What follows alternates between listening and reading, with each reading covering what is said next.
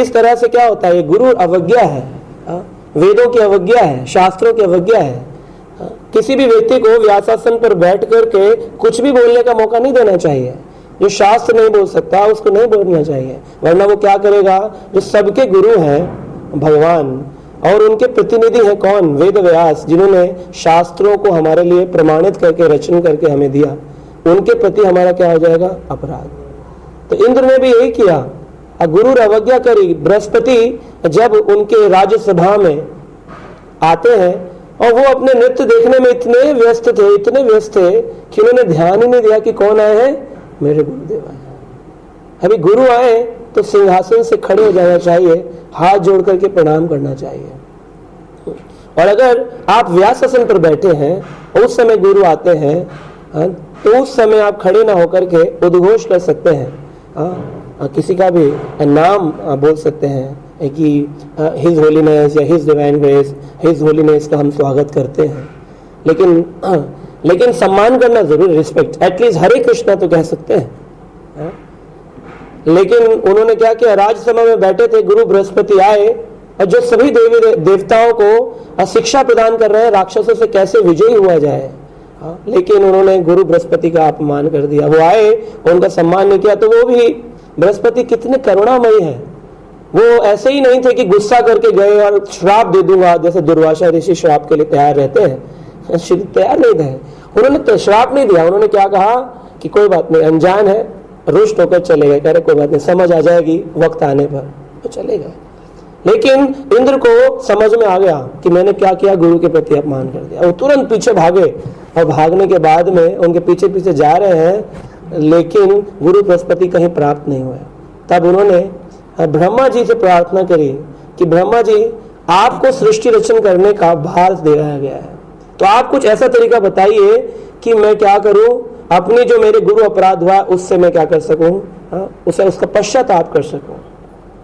पश्चाताप, अगर कोई अपराध हो तो पश्चाताप अवश्य करना चाहिए, क्योंकि ताप और पश्चाताप ये दो शब्द हैं। एक है ताप, ताप मतलब अग्नि, और पश्चाताप मतलब अग्नि के बाद। अग्नि के बाद क्या होती है, ठंडक। अगर ताप हो गया, आपसे अपराध हो गया, तो उसका पश्चाताप, अगर ठंडक नहीं आएगी तो भक्ति वहीं की वहीं रुक जाती है। जैसे हिज होलीनेस प्रबोधानंद सरस्वती महाराज अपने प्रवचन में बता रहे थे कि सबसे ज्यादा भक्त जो करते हैं वो है साधु निंदा। साधु निंदा बहुत करते हैं और साधु निंदा का निराकरण कभी नहीं करते हैं। साधु निंदा करी, उसके बाद में हरि नाम लिया, फिर साधु निंदा करी, फिर हरि नाम लिया, अपराध पूर्वक हरि नाम लेते रहेंगे तो फिर क्या मिलने वाला है, बहु जन्म करी यदि श्रवण कीर्तन तबु ते न पाए प्रभु कृष्ण पदे प्रेम धन। भगवान के चरणों में प्रेम प्राप्त नहीं होने वाला है। तो उसके लिए क्या करना पड़ेगा, अपराध रहित जप। लेकिन अपराध तो होता है, ह्यूमन मेंटेलिटी है। हाँ, तो महाराज ने बहुत सुंदर उत्तर दिया। उन्होंने कहा कि साधु निंदा से अगर बचना चाहते हो, हाँ, तो उन्होंने कहा जैसे मान लीजिए आप जंगल में जा रहे हैं, वृंदावन यात्रा कर रहे हैं, व्रजमंडल, पाँव में कांटा लग गया तो कैसे निकालेंगे, दूसरे कांटे से निकालेंगे। बिल्कुल सही जवाब, कांटा लगा तो कांटे से ही निकालेंगे। साधु निंदा करी है तो अभी क्या करना पड़ेगा, साधु प्रशंसा। वो साधु जिसके बारे में निंदा करने की इच्छा जागृत हो रही है, उसकी प्रशंसा अगर शुरू कर दें तो वो कांटा तुरंत बाहर आ जाता है। ये निराकरण महाराज ने बताया। तो ऐसे ही इंद्र भी निराकरण करना चाहते थे, पश्चाताप करना चाहते थे, और वो पहुंच गए ब्रह्मा, जो देवताओं के एक ब्राह्मण है जिनका नाम है त्वष्टा, और वहां जाकर उनसे कहा कि आप हमें शक्ति प्रदान करिए, क्योंकि गुरु अवज्ञा हो जाने से व्यक्ति श्रीहीन हो जाता है, सब कुछ समाप्त हो जाता है, लक्ष्मी चली जाती है, जीवन से अब परिवार से सुख चला जाता है व्यक्ति के। इसलिए गुरु अवज्ञा ये बहुत बड़ा अपराध है। गुरु अवज्ञा कभी नहीं करनी चाहिए, उनको साधारण मनुष्य नहीं मानना चाहिए। और इसके लिए निराकरण क्या है कि हम गुरु को साधारण मनुष्य ना माने, गुरु के नजदीक ज्यादा नहीं रहना चाहिए, डिस्टेंस बनाना चाहिए। जितना अग्नि से डिस्टेंस बनाते हैं, अग्नि के पास जाते हैं तो जल जाते हैं, अग्नि से दूर जाते हैं तो ठंड लगती है। अग्नि से इतनी दूर रहे जितनी दूर से ताप मिलता रहे। जैसे कुकिंग करती है माता जी, तो गैस पे उतनी दूर रखती हैं जहां से बढ़िया सा खाना पक जाए। ना तो गैस के चूल्हे के अंदर डालती हैं, ना ही बीरबल की अंगीठी की तरह ऊपर लगा देती हैं। इतनी डिस्टेंस मेंटेन करे जहां से कृपा प्राप्त होती रहे। तो ये तरीका उन्होंने बताया महाराज ने, कि इस तरह से हम बच सकते हैं इन सारी चीजों से, है ना, गुरु अवज्ञा से। तो उन्होंने कहा तुष्टा के पुत्र से कि आप क्या करिए, आप हमको एक गुरु बताइए जो कि हमारे को शिक्षाएं प्रदान कर सके, वरना असुर हमारे को श्रीहीन कर देंगे, हमारा सब कुछ छिन जाएगा, स्वर्ग आदि लोग हमारे चले जाएंगे।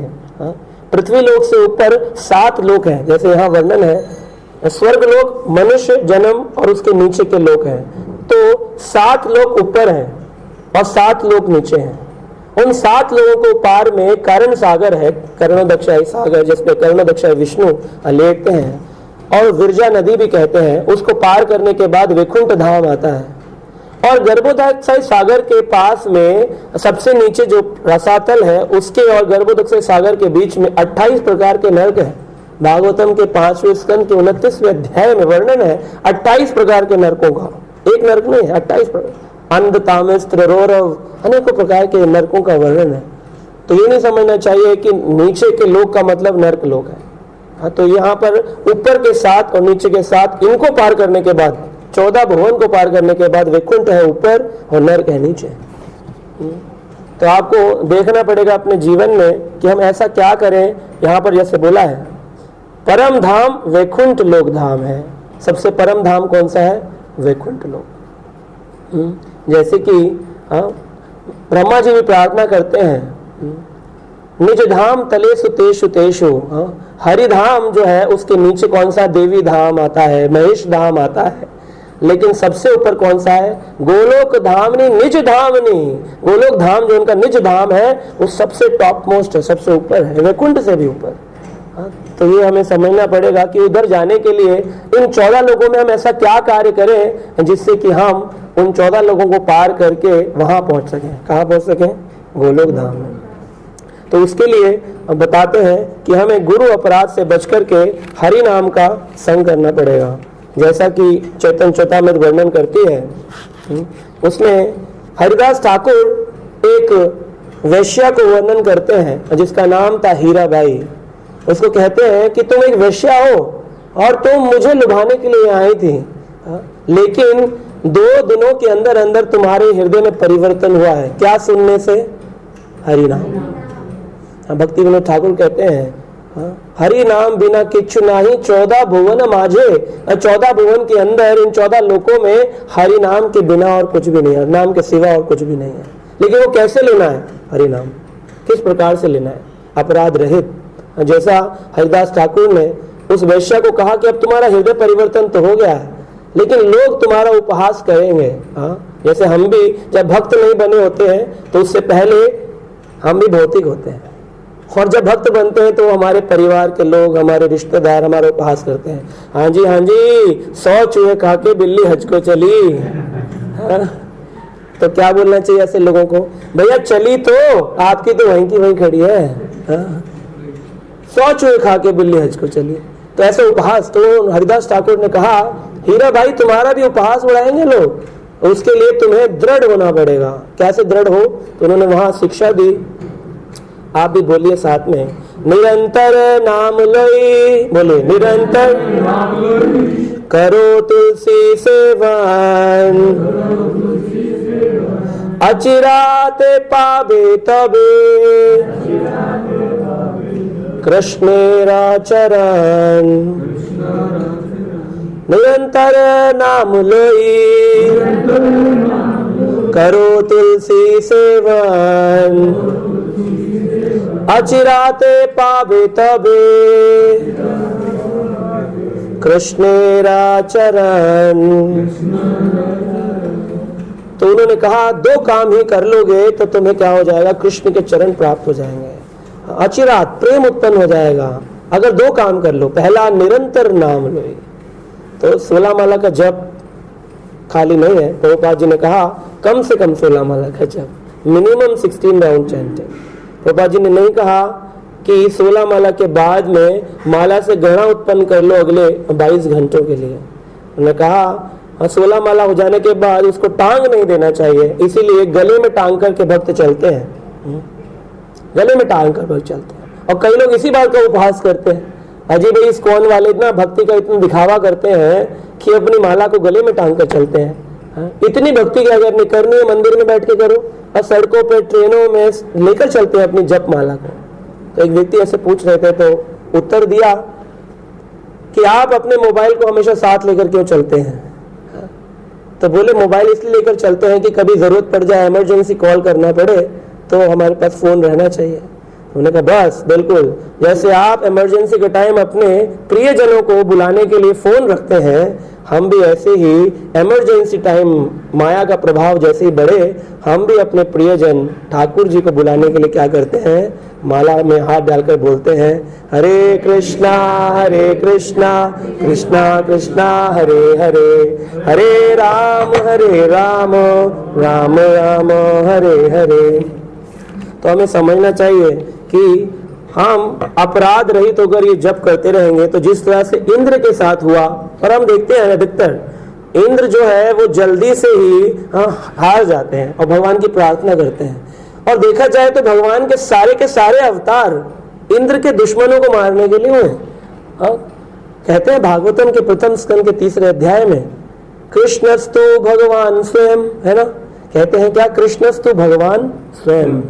क्यों आते हैं भगवान? तो कहते हैं इंद्रारी व्याकुलम लोके मृडयंती युगे युगे, हर युग में मैं आता हूं।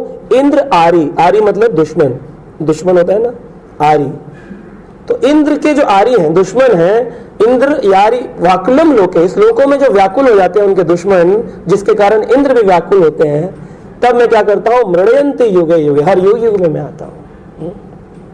तो आप सोचिए भगवान को इंद्र के कारण आना पड़ा। इंद्र अगर जप कर ले ध्यान पूर्वक, निरंतर नाम ले, हर टाइम निरंतर भगवान के नाम का जप करे तुलसी सेवन। और लोग ये प्रश्न पूछते हैं कि जी बहादुरगढ़ के एरिया में भक्त, शुद्ध भक्त नहीं प्राप्त होते, बहुत कम भक्त है यहाँ पर, शुद्ध भक्त नहीं है, हम क्या करें, यहाँ पर एसोसिएशन ऑफ डिवोटीज नहीं है। तो सबसे ज्यादा शुद्ध भक्त अगर हमारे आसपास कोई है वो कौन है? तुलसी महारानी। उनसे शुद्ध न तो कोई हुआ है, न हो सकता है। अगर तुलसी सेवा करें, यही हरदास ठाकुर ने कहा, निरंतर नाम लो करो तुलसी सेवा, 2 चीजें कर लो। और ये घर में भी रहकर की जा सकती है, मंदिर में आकर के तुलसी गार्डन बनाया जा सकता है, तुलसी सेवा की जा सकती है, ध्यान पूर्वक मंजरियां तोड़ सकते हैं, तुलसी के पत्र तोड़कर भगवान के चरणों में अर्पित कर सकते हैं। ये 2 काम कोई व्यक्ति अगर निरंतर करे तो क्या होगा, अचिरात पावे तभी कृष्ण के चरण, उस व्यक्ति को कृष्ण के चरण प्राप्त हो जाएंगे। ओनली 2 थिंग्स, ज्यादा कुछ नहीं। तो ये हमें समझना चाहिए। और फिर अगर कोई व्यक्ति ऐसा करेगा तो गुरु और अवज्ञा से बचकर रहेगा। इंद्र का दृढ़ता पूर्वक हरिनाम नहीं है, इसीलिए वो स्वर्ग के राजा तो हैं, लेकिन वैकुंठ के धामवासी नहीं है, गोलोक के निज धामवासी नहीं है, गोलोक के व्रजवासी नहीं है। और इसीलिए त्वष्टा से जब उन्होंने प्रार्थना करी तो उन्होंने विश्व रूप अपने एक पुत्र को कहा, जिनके 3 मुख थे। कितने मुंह थे? 3 मुख थे। ब्रह्मा जी के 4 होते हैं, उनके 3 थे, और वो तीनों मुखों से लगातार वाच कर सकते थे कई मंत्रों का। तो उन्होंने कहा अगर विश्व रूप को आप गुरु बनाएंगे तो आपका क्या होगा, श्रीहीन नहीं होंगे, असुर आप पर आक्रमण नहीं कर सकते। और उन्होंने विश्व रूप को अपना गुरु मान लिया। अब जीवन में दूसरे गुरु प्राप्त हो गए। अब क्या किया, जो गुरु थे विश्व रूप, ये इनके पिता तो थे ब्राह्मण और इनकी माता जो थी असुर थी। कई देखा गया हमने कि माता ब्राह्मण नहीं होती है, माता असुरी होती है। जैसे रावण के समय में भी था, रावण के पिताजी ब्राह्मण थे और उनकी माता जो थी वो असुरी थी, इसीलिए रावण के अंदर असुरी प्रवृत्तियां, कहते हैं माँ की साइड से ज्यादा हमारे अंदर गुण आते हैं बजाय पिता के। भागवतम में वर्णन है ऐसा। 3 स्कंद में देवहूति माता को जब कपिल भगवान वर्णन कर रहे हैं तो कहते हैं कि माता जो है उसकी साइड के ज्यादा गुण व्यक्ति के अंदर आते हैं। तो इस तरह से त्वष्टा के जो पुत्र थे विश्वरूप, उन्होंने अपनी माता के जो असुर थे, माता की साइड के, उन लोगों के प्रति एक भाव था प्रेम का, और उन्होंने बहुत बड़ा यज्ञ किया और सभी लोगों को नारायण कवच नाम के मंत्र का ज्ञान प्रदान किया। नारायण कवच को उन्होंने कहा अगर आप बोलेंगे उस प्रार्थना को नारायण कवच की, तो कभी कोई आसुरी प्रवृत्ति आप पर वार नहीं कर सकती है। और ये नारायण कवच आज भी इसका उद्घोष किया जा सकता है। व्यक्ति के ऊपर अगर भूत प्रेत आदि कोई हो, वो सारी छाया से मुक्त हो सकता है, लेकिन उसका उच्चारण सही होना चाहिए।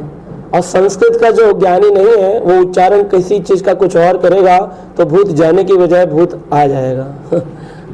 तो इसीलिए हरि नाम सबसे सरल रास्ता श्रील प्रभुपाद जी ने दिया, और जो कि हरि नाम लेने से क्या होगा, कोई भूत प्रेत आदि की प्रॉब्लम नहीं रहती लाइफ। एक बार ऐसे ही हुआ, भक्ति सिद्धांत महाराज जो श्रील प्रभुपाद जी के गुरु थे, वो जब मायापुर में थे तो वहां पर एक चैतन्य मठ करके स्थान है। अभी हम जाते हैं मायापुर तो वहां देखते हैं चैतन्य मठ एक जगह है जहां पर भक्ति सिद्धांत महाराज की समाधि है। तो उस समय में समाधि नहीं थी, मठ था। तो उनको किसी ने लेटर लिखा और कहा कि भक्ति सिद्धांत महाराज हमारे मठ में भूत प्रेत रहते हैं। तो उन्होंने कहा हरि नाम लो, हरि नाम लेने से पुरानी बिल्डिंग है, आ जाती है कभी कभी भूत प्रेत, घूमते रहती है आत्माएं। इतनी सारी आत्माओं का एक्सीडेंट होता है, चींटियां मरती हैं पैर की, उनकी आत्मा कहाँ जाएंगी, कहीं ना कहीं तो घूमेंगी, तो घूम रही होती हैं। अच्छा तो आप हरि नाम लो, हरि नाम यज्ञ करो, उससे क्या होगा, सब चले जाएंगे। तो उन्होंने भी हरि नाम लिया, लेकिन भूत जो थे वो आकर के ब्रह्मचारी को उठा उठा के पटक देते थे और पता चलता था कि थप्पड़ मारा किसी ने और कुछ हुआ ब्रह्मचारी को खूब। तो ब्रह्मचारियों ने लेटर लिखा, फोन तो नहीं था उस समय, उन्होंने कहा महाराज हमारे बस का नहीं है, ये कोई यक्ष या कोई भूत है जो कि हमारे कंट्रोल से बाहर है, हरि नाम से नहीं हो रहा। तो उन्होंने कहा हो ही नहीं सकता, हरि नाम महामंत्र है और महामंत्र से भूत प्रेत न जाए, ऐसा हो ही नहीं सकता।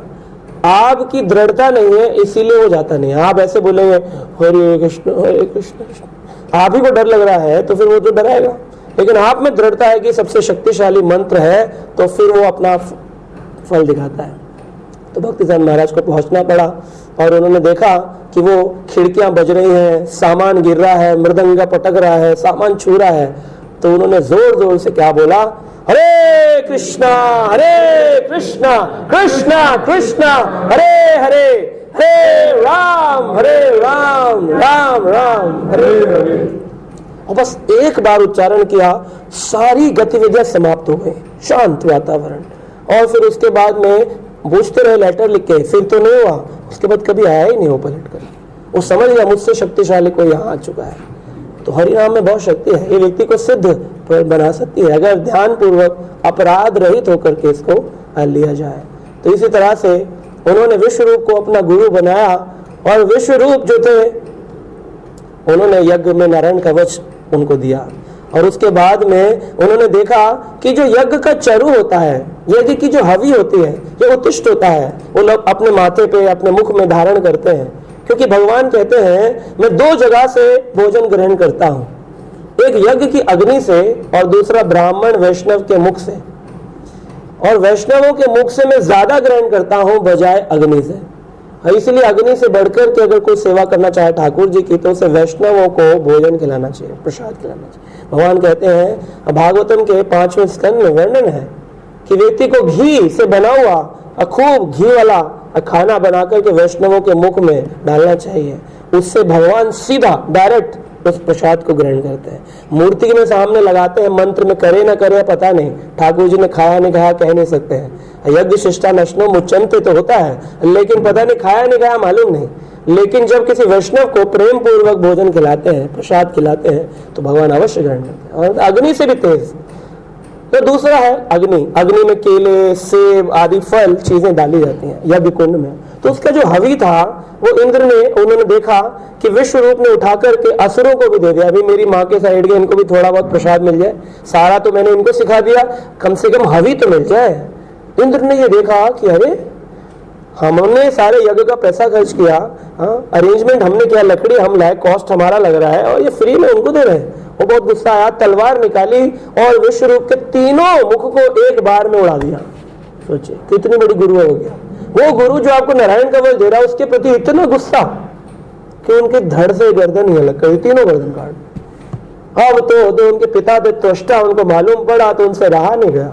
उन्होंने कहा अब तो बहुत हुआ इंद्र, अब नहीं, अब मैं यज्ञ करूंगा और मैं क्या करूंगा, तुम्हारे ऐसे शत्रु को प्रकट करूंगा जिससे तुम बचते बचते तीनों लोकों में, 3 लोक मतलब 14 भुवनों में, 14 प्लैनेट्स में घूमोगे।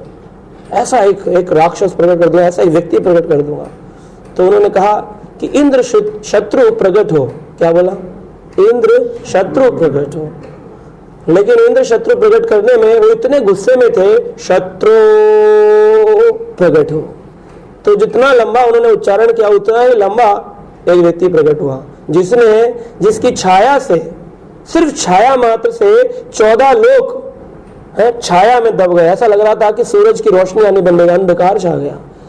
और उस असुर का नाम रखा गया वृत्रासुर। क्या नाम रखा गया? तो वही हमारे अध्याय का नाम है, वृत्रासुर राक्षस का आविर्भाव। वृत्रासुर राक्षस प्रकट हो जाता है। वृत्रा का मतलब ही है जिसके कारण पूरे ब्रह्मांड में अंधकार छा जाए। हमारी लाइफ में जो अंधकार है वो वृत्रासुर है सही मायने में।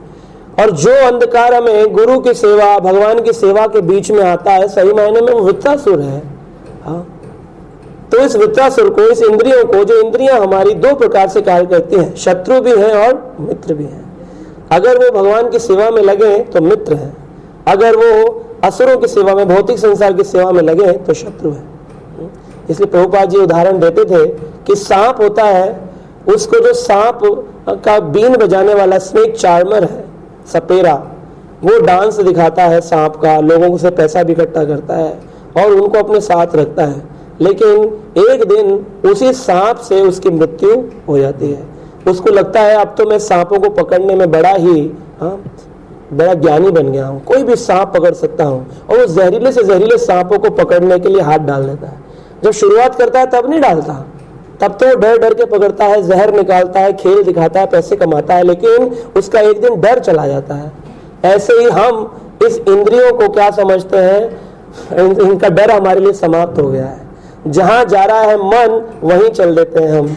मन किया चलो पिक्चर देखेंगे, हाँ जी चलो चलो चलो, मंदिर की कथा तो रोज सुनते हैं, एक दिन पीवीआर में पिक्चर देख लें, चलो जी शादी में घूम आए, वहां का खाना, अरे रोज भोजन खाते हैं, प्रसाद खाते हैं, एक दिन नहीं खाया तो क्या फर्क पड़ेगा। वो एक ही दिन हमारे जीवन को बर्बाद कर सकता है। वो एक ही बार काटता है सपेरे को सांप, बार बार नहीं काटता, एक ही बार काट के वो मृत्यु आ जाती है। ऐसे ही भक्ति एक बार में समाप्त हो सकती है। इसलिए कोई चांस नहीं देना चाहिए कि हमारी इंद्रियां हम पर हावी हो। इसीलिए जो हमारे इस्कॉन संस्था में सन्यासी होते हैं उनको गोस्वामी कहा जाता है। गोस्वामी का अर्थ है जिसने अपनी इंद्रियों को नियंत्रित किया है। इंद्रियां उसके वश में है, वो इंद्रियों के वश में नहीं। और हम सब कौन है? गोदास, इंद्रियों के दास हैं। मन किया जेब में चलो चलो गोलगप्पे खाएंगे तो वहीं पहुंच गए। तो इसी तरह से हमारी जिह्वा, हमारी आंखें, हमारे कान, हमारी नासिका और सबसे खतरनाक हमारी त्वचा, ये हमको खींच खींच कर ले जाती है इस संसार में। तो इसी तरह से इंद्र से भी यही गलती हो रही थी। और इंद्र ने उनके, जब वृत्रासुर नाम राक्षस प्रकट हुआ, तो आगे के अध्याय में आप पढ़ेंगे, तो वृत्रासुर राक्षस जब प्रकट हुआ तो वो जानते थे इंद्र, अब बड़ी जल्दी, क्योंकि देवता है ना, असुर नहीं है, गलती करके तुरंत समझ जाते हैं मुझसे गलती हो गई। तो बोले ये तो भक्त है वृत्रासुर। और फिर वृत्रासुर ने आगे के अध्याय में आप पढ़ेंगे कि किस तरह से उन्होंने शिक्षाएं प्रदान करी कि तुम कौन हो मुझे मारने वाले, और तुम्हारे हाथ में क्या है? एक अस्त्र है। कौन सा अस्त्र है? ब्रह्म अस्त्र। वो जो अस्त्र है दधीचि ऋषि की हड्डियों से, और जो तुमने ये अस्त्र बनाया है, वज्र जिसे कहते हैं, वो भगवान के द्वारा दिया गया है। तो उसके आगे मैं क्या करूंगा? नतमस्तक हो जाऊंगा। तो जल्दी करो, मैं प्रकट तो हो गया हूं, मेरे पिता ने, दृष्टा के पुत्र है, मेरे पिता ने मुझे उत्पन्न किया है तुम्हें मारने के लिए, लेकिन मैं मरना चाहता हूं, क्योंकि मैं जानता हूं ये जन्म मृत्यु के चक्र में हम घूमते रहेंगे अपनी इच्छाओं को पूरा करने के लिए। और उत्तम क्या है कि हम इन इच्छाओं को समाप्त करके ठाकुर जी की सेवा करते करते इस शरीर का त्याग कर दें। तो इस तरह से हो नहीं पाता है, क्योंकि हम इंद्रियों के दास हैं और इसलिए हम बिखर जाते हैं। चैतन्य चरितामृत में वर्णन है, आत्मेन्द्रिया प्रीति वांछा तार बले काम, कृष्ण इंद्रिया प्रीति वांछा धरे प्रेम नाम। आत्म इंद्रिया प्रीति वांछा तार बले काम। तो काम, खाली काम का मतलब काम वासना नहीं है। कोई भी इच्छा जो हमें अपनी इंद्रियों की संतुष्टि प्रदान करती है वो काम वासना ही है, वो काम ही।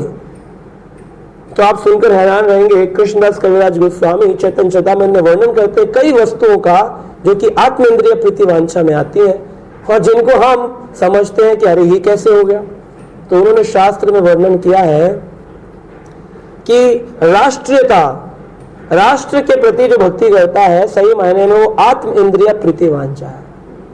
देशभक्त नाम की कोई चीज नहीं है। आदमी देशभक्त बनना चाहता है अपने लिए, ताकि मेरा नाम हो, और मेरा नाम लोकहित की अगर उसको कामना है, तो वो चाहता है कि मेरा नाम प्रसिद्धि हो, तो सही मायने में वो आत्म इंद्रिय प्रीतिवांछा है। और यहां तक कि बताया गया धर्म आचरण, धर्म आचरण, बहुत बड़े बड़े पंडाल लगाकर कथा हो रही है, गुरु जी आए हैं, गुरु जी आए हैं, कृष्ण का कोई पोस्टर नहीं है, और गुरु जी लोगों के पोस्टर भी लगे हैं, गुरु जी बैठे भी हैं, लेक्चर भी चल रहा है, और 7-7 दिन 10-10 दिन की कथा यज्ञ चल रहे हैं, और पैसा भी 25 लाख 30 लाख खर्च हो रहा है। और सही मायने में ठाकुर जी को चढ़ाने के लिए 10 रुपए का फटा नोट, वो भी ढूंढते निकालते, नया वाला अंदर वापस रख लेते, फटा वाला डालते, कुछ खर्च ना हो जाए। जिसने दिया उसी को देने में कष्ट। और वहां जो एक व्यक्ति ढोंगी है, जो व्यक्ति परंपरागत नहीं है, उस व्यक्ति के ऊपर 30-30 लाख 40 लाख रुपए खर्च होता है। ये धर्म आचरण करने वाले लोग हैं, दिखाते हैं हम कितने धार्मिक है। देखिए हमने जी हरिद्वार से मंगाए थे कथा जी, कथा व्यास आए थे, वृंदावन से आए थे, बद्रीनाथ से आए थे।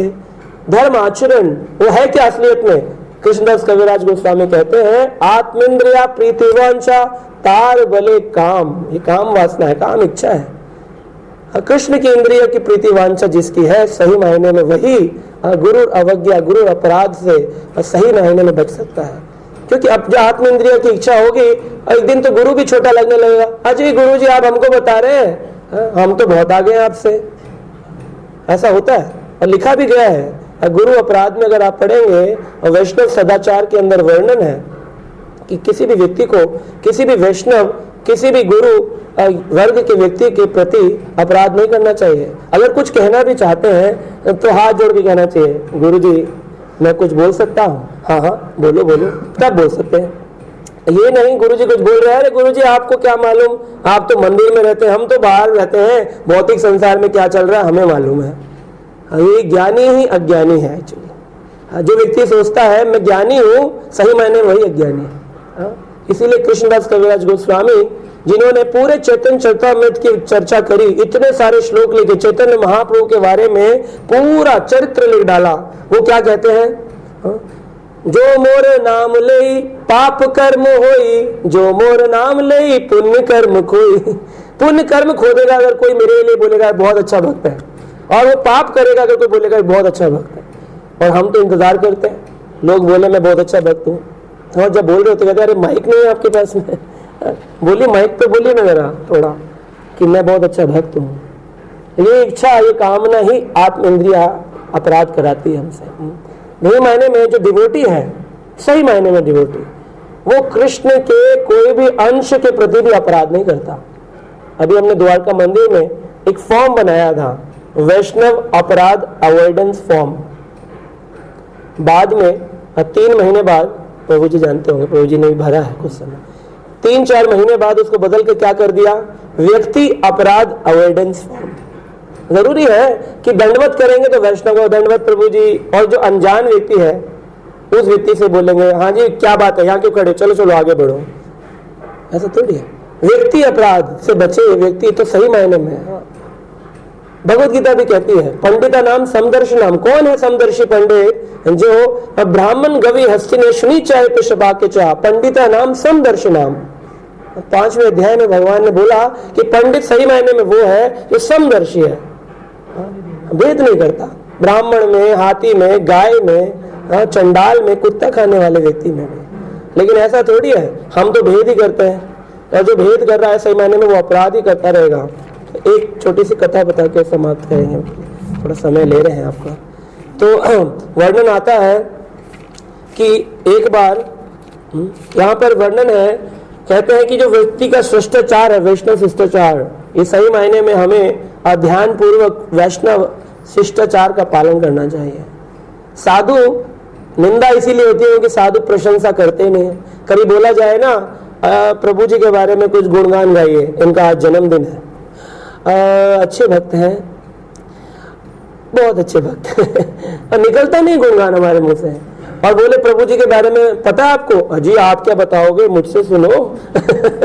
तुरंत ह्यूमन मेंटेलिटी, क्रिटिसिज्म तुरंत स्टार्ट होता है। कहते हैं, वर्णन है, यदि पे तुम्ही होए जगत पावन, तो मां स्पर्श पवित्र है देव मुनि गण। वैष्णव शिष्टाचार का पालन जो व्यक्ति करता है, उसके स्पर्श मात्र से देवता और बड़े बड़े मुनि भी क्या हो जाते हैं? पावन हो जाते हैं। तथापि भक्त स्वभाव मर्यादा रक्षण, मर्यादा पालन है साधुर भूषण। मर्यादा का पालन व्यक्ति करे तो सही मायने में साधु का भूषण है कि वो अपनी मर्यादाओं का पालन करे। इंद्र ने अपनी मर्यादाएं तोड़ दी थी और इसीलिए वो इधर से उधर लोकों में घूम रहा है। और वृत्तासुर राक्षस का वध करने के बाद में भी वृत्तासुर राक्षस के अंदर से उसको पाप कर्म लगा और उस पाप कर्म रूपी स्त्री से बचने के लिए वो ब्रह्मांड में घूमा पूरे में। और बाद में उन लोगों को पता चला कि कहाँ जाना पड़ेगा। इकला प्रभु कृष्ण आर सब भृत, तारे इच्छे नाचे से ताते करे नृत्य। सब नाचते हैं उसके आगे, हाँ उससे बच के कहाँ जाओगे। अब बाद में इंद्र को वहीं जाना पड़ा, अब भगवान की शरण में, भगवान विष्णु के चरण में जाना पड़ा, तभी जाकर वो उस पाप रूपी से बच पाया। सोचे कोई व्यक्ति में भंडारा कराता हूँ, श्री श्री 1008 अखिलेंद्रेश्वर महाराज वृंदावन में भंडारा करा रहे, पूरी सब्जी बट रही है, जी हम पुण्य करते हैं, प्याऊ लगवाए हैं हमने। वो ठीक है, सेवा करे, लेकिन जब तक हरि नाम नहीं लेंगे, कृष्ण शरण में नहीं जाएंगे, कोई पाप समाप्त होने वाले नहीं है। जैसे कि एक बार इंद्र ने गरुण के भी पंख काट दिए थे। इंद्र ने एक और अपराध किया, गरुण के प्रति अपराध किया। गरुण कौन है? अभी सामने है आपके, भगवान के वाहन। जैसे आप अपनी गाड़ी खड़ी करते हैं, ऐसे भगवान अपनी गाड़ी खड़ी करते हैं अपने सामने, बिल्कुल, ताकि जरूरत पड़े तो तुरंत बैठ करके निकल जाए। तो गरुण के प्रति अपराध कर दिया। गरुण इतने विनीत भाव से, उनकी जो माँ थी उनका नाम था विनीता, और उन्होंने क्या किया कि अपनी, उनकी एक माता थी सौतेली, उनका नाम था कद्रू, और कद्रू और जो विनीता थी, इन दोनों को सृष्टि रचना में कद्रू ने बहुत सारे सर्प जन्म किए, सर्पों को पैदा किया, और विनीता ने किसको पैदा किया? गरुण को पैदा किया। और गरुण और सांप की तो कभी बनती नहीं है। कालिया भी गरुण के डर से यमुना के जल में जाकर छिप गया था। अभी समझने वाली बात है ये, यमुना के जल में वो जाकर छिपा। तो कद्रू जो थे उनके पुत्रों को परेशान कर रहे थे, कौन? गरुण के जो शिष्य थे और उनके भाई थे सारे पक्षी। तो इन्होंने क्या किया, इन्होंने बोला विनीता ने कि देखो तुम तो चले जाते हो भगवान की सेवा में, बाद में ये सांप जो है, जितने भी कद्रू के बच्चे हैं, ये मुझे बड़ा परेशान करते हैं। तो उन्होंने कहा अच्छा। तो उन्होंने क्या किया, अपनी चोंच से सारे सर्पों को मार दिया। अब जब सारे सांप मारे गए तो उनकी माता कद्रू रोने लगी, कहा मैं सौतेली थी लेकिन थी तो तुम्हारी माँ, अब अपने भाइयों को जीवित करो। तो जीवित करने के लिए क्या तरीका है? अमृत पिलाना पड़ेगा। एक होता है मृत, एक होता है अमृत। तो उन्होंने अमृत पान किसके पास होता है? इंद्र के पास। तो उन्होंने कहा इंद्र के अमृत को चुराना पड़ेगा, क्योंकि ऐसे तो वो देगा नहीं, क्योंकि इंद्र बड़ा अहंकारी है, अपने सामान को देता नहीं। जैसे आजकल आप मांगने जाइए, दान दे दीजिए मंदिर की सेवा के लिए, तो लोग देते नहीं, और सोचते हैं ये तो मेरा है, मेरा कमाया हुआ धन मैं कैसे दे दूं। और फिर गाना गाते हैं, तेरा तुझको अर्पण क्या लागे मेरा, तेरा तुझको अर्पण। किसी के घर जाओ तो कहते हैं आइए आइए प्रभु जी आइए, सब आपकी कृपा से हो रहा है, सब आपका है, आइए आइए, सब आपका मकान है, आपका मकान है, आपका है। हमें ठीक है, फिर ये मंदिर के नाम पे दान दे दीजिए, मांगे मत कुछ भी, है आपका लेकिन मांग नहीं सकते। तो ऐसा गड़बड़ घोटाला चल रहा है ना, खूब आरतियां हो रही है सनातन मंदिरों में, लेकिन सच्चाई ये है कि लोग भूल गए हैं कि किस तरह से व्यवहार करना है भगवान के भक्तों के साथ। तो गरुण बड़ा शक्तिशाली है। तो गरुण अमृत के कलश को लेकर के भागे, और इंद्र को पता चला, देवी देवताओं ने कहा अरे भाई इंद्र, तुम्हारे पास एक ही लग्जरी थी, क्या? अमृत, जिसके कारण तुम स्वर्ग का हर एक व्यक्ति राजा बनना चाहता है। मरने के बाद चाहे पाप कर्म करके कोई व्यक्ति मरा हो, शराब पीते पीते, तो उसके नाम के आगे घर वाले लिखते ही स्वर्गवासी हैं। तो मैंने एक दिन पूछा भाई आपको कैसे पता कि वो स्वर्ग ही गए? बहुत सारे लोग हैं। कहा देखिए जी, पता है कर्मों से नरक में गए होंगे, पर लिखना अच्छा नहीं लगता, श्री श्री नरकवासी हो गए। तो स्वर्गवासी लिख देते हैं नाम के लिए, अखबार में छापते हैं, लोगों को बताते हैं स्वर्गवासी हो गए, अच्छा लगता है सुनने में। तो सही मायने में कर्म के अनुसार लोग प्राप्त होते हैं। तो स्वर्ग का राजा आदमी बनना चाहता है क्योंकि अमृत कलश मिल जाएगा, हम भी 7 अप्सराओं के साथ में और वहां के कुंडों में स्नान करेंगे, ऑपुलेंस चाहिए, ऐश्वर्य। तो इसीलिए वो उठा करके जब भागे तो इंद्र अपने हाथी पे ऐरावत पे बैठ के अपने वज्र को लेके भागा। कहा रुक जा गरुण, मैं अभी तेरे टुकड़े टुकड़े कर दूंगा। तो गरुण ने कहा मुझसे लड़ाई करते हो, मैं खाली चोंच की फुसकार मार दूंगा ना तो तुम अपने हाथी के सजा गिर जाओगे। तुम लो लेवल के हो, स्वर्ग के राजा हो, मैं हूं कहाँ का वाहन, वैकुंठ का, तो मेरी तो सांस से तुम समाप्त हो जाओगे। तो उसने कहा अच्छा, और अपने वज्र को निकाल लिया, जैसा कि वृत्रासुर कथा में भी आपने सुना, वज्र को निकाल लिया। तो ये वज्र जो है उसको निकाल लिया, वो मिला कैसे था? दधीचि ऋषि जो थे उनकी हड्डियों से इसको बनाया गया था। और भगवान ने कहा कि जाओ दधीचि ऋषि से बोलो अपनी हड्डियां तुम्हें दे देंगे। वो इतने सिद्ध पुरुष है कि उनकी हड्डियों से जब तुम आक्रमण करोगे तो कोई दुश्मन तुम्हारे सामने नहीं रह सकता। लेकिन भगवान की आज्ञा से वो बना था। तो देखिए दधीचि ऋषि का वैराग्य कैसा है। कहा अपने शरीर जो है वो किसकी सेवा में लगा दूंगा? ठाकुर जी की सेवा। अरे धन तो बहुत लोग लगा देते हैं, लेकिन अपने जीवन को जो लगा दे सही मायने में वो भक्त है। जैसे हमारे प्रभु जी हैं, सुमुखा प्रभु जी अपने जीवन को लगाते हैं भगवान की सेवा में। तो ऐसे जो भक्त हैं सच मायने में इसी को सच्चा वैराग्य कहते हैं। हमें सीखना चाहिए ऐसे भक्तों से, ऐसे भक्तों से, साधुओं से, कि सही मायने में जीवन क्या है। दधीचि ऋषि ने अपनी मृत्यु की भी परवाह नहीं करी। हमें चिकनगुनिया हो जाएगा ना तो लिस्ट लेके पहुंच जाएंगे, ठाकुर जी चिकनगुनिया दूर कर दो। क्यों? हम सोच ही नहीं पाते हैं सर्व कारण कारण कृष्ण, मैंने कुछ अपराध किया होगा जिसका फल मिल रहा है बुखार के रूप में। ठीक है भगवान आपकी सेवा कर सकूं, आपकी इच्छा है, ठीक करना चाहते हैं या नहीं आपके ऊपर है, कर दो। तो वो स्वामी थोड़ी रहे, दास हो गए। करो मेरी इच्छा पूरी करो वरना मैं नहीं आऊंगा तुम्हारे दर पे, आज से तुमसे ये सब भावुकता वाला, ये सब मालिक बनने की इच्छा है एक्चुअली, वरना दास कोई ऑर्डर नहीं करता कृष्ण को। तो इंद्र ने क्या किया, उस वज्र को निकाल लिया। और गरुड़ ने क्या किया, देखिए भक्त कैसा है। जैसे दधीचि ऋषि थे, उन्होंने मर गए, अपने शरीर को भगवान की सेवा में लगाया। गरुड़ ने कहा अरे ये मेरे भगवान के द्वारा बनाया गया वज्र है, उसके आगे नतमस्तक हो गए। कहा कोई बात नहीं, चलाओ। और उसने क्या किया, गरुड़ के दोनों पंखों को इंद्र ने काट दिया, नीचे जाके गिरे धड़ाम से स्वर्ग लोक की पृथ्वी पे। सोचिए आप, हम हैं ऐसे तैयार कि हमारे सामने कोई वैष्णव आए और हम नतमस्तक हो जाएं। कहा जो कहना चाहते कह लीजिए, मैं आपके दंडवत हूँ। हम तो तुरंत, वो 2 कहेगा अरे जी हम कम थोड़ी हैं, हम 4 सुनाएंगे, हम भी प्रसाद पूरा प्लेट खाते हैं, आधा थोड़ी खाते हैं।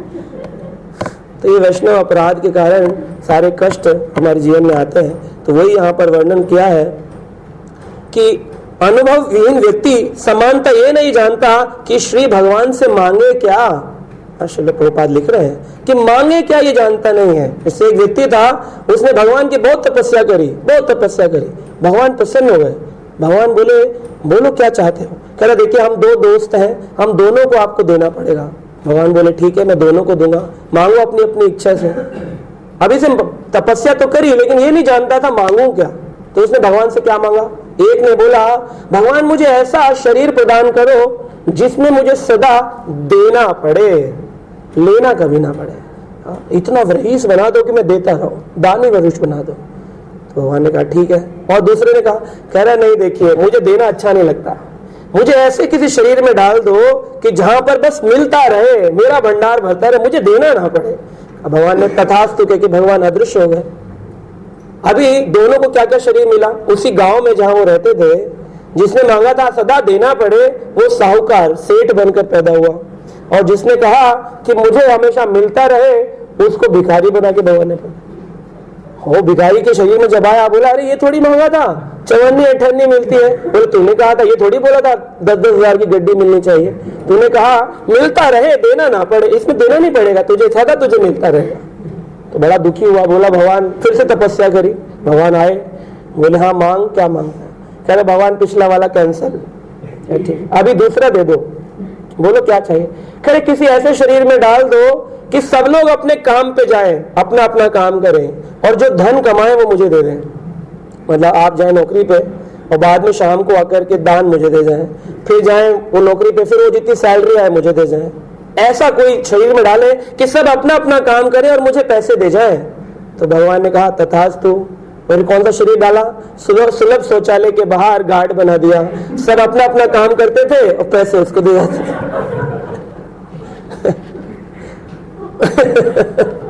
मांगना क्या है ये भी नहीं जानते हैं और फिर भी लिस्ट लेकर भगवान के आगे खड़े रहते हैं। हाँ, सही मायने में निष्काम भाव से भक्ति करनी चाहिए, बिना किसी इच्छा कामना के भगवान के नामों का भजन करना चाहिए। वही आपको वैकुंठ धाम भी प्रदान कर सकता है, अपराध रहित भी कर सकता है और इस जीवन में शांति प्रदान कर सकता है। तो सदा बोलते रहिए हरे कृष्णा कृष्णा कृष्णा हरे हरे, हरे राम राम राम हरे हरे।